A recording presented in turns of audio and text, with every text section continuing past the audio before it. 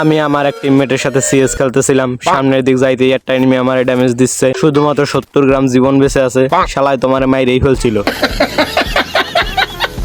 এইখানে মেডি শেষ করে গিয়ে আমি 100 টিমমেটের কিল চুরি করে নেই। जनता माफ नहीं करेगी। তারপরে সামনে একটা এনিমি, লাস্ট এনিমিটারে তুফান একটা গ্রেনেড মার্কা, তুফান গ্রেনেড দিয়ে শুধু কিল পেয়ে যাই। টিমমেটের রিয়াকশন ছিল, তোর সাথে আর সিএস খেলবো না, চল বিয়ারে তোর কিল চুরি করবো, তুই শুধু আমাদের কিল চুরি করস। এইটা কি কোনো কথা? এই সিদ্ধান্ত অনুযায়ী আমরা একটা বিয়ার রাঙ্কে স্টার্ট করে দেই।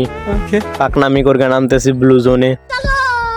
ব্লু জোনে একটা মাত্র এনিমি আসছে, আর সেই এনিমিটা নামছে এলশিপে স্ক্যানারে দেখাচ্ছিল। তো আমি একটা MP5 পাইছি, সেই MP5 নিয়ে এই এনিমিটার পার রাশ দিতে চলে গেছি। এনিমিটার MP5 দিয়ে হালকা পাতলা ড্যামেজ দিছে, এনিমিটা এলশিপের উপরে উঠে গেছে। আমি ঘুরে গিয়ে 300 লেভেলের আইকিউ লাগাইয়া এখানে দুইটা গরম গরম ছাড়ছি, কিন্তু এনিমি তো এখানে ছিলই না।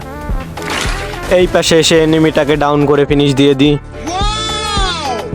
এইখানে আমার টিমমেটরা ফাইট করতেছে, আমি শুধুমাত্র একটা শট দিছি, 30 ড্যামেজে কিল পেয়ে গেছি। ভাই এর জন্য আমার টিমমেটরা আমারে কিল চোর বলে। সঠিক বলেছেন। তা বিয়ারে হোক বা সিএস, আমার যেখানেই নিয়ে যাক আমি শুধু কিলেই চুরি করি।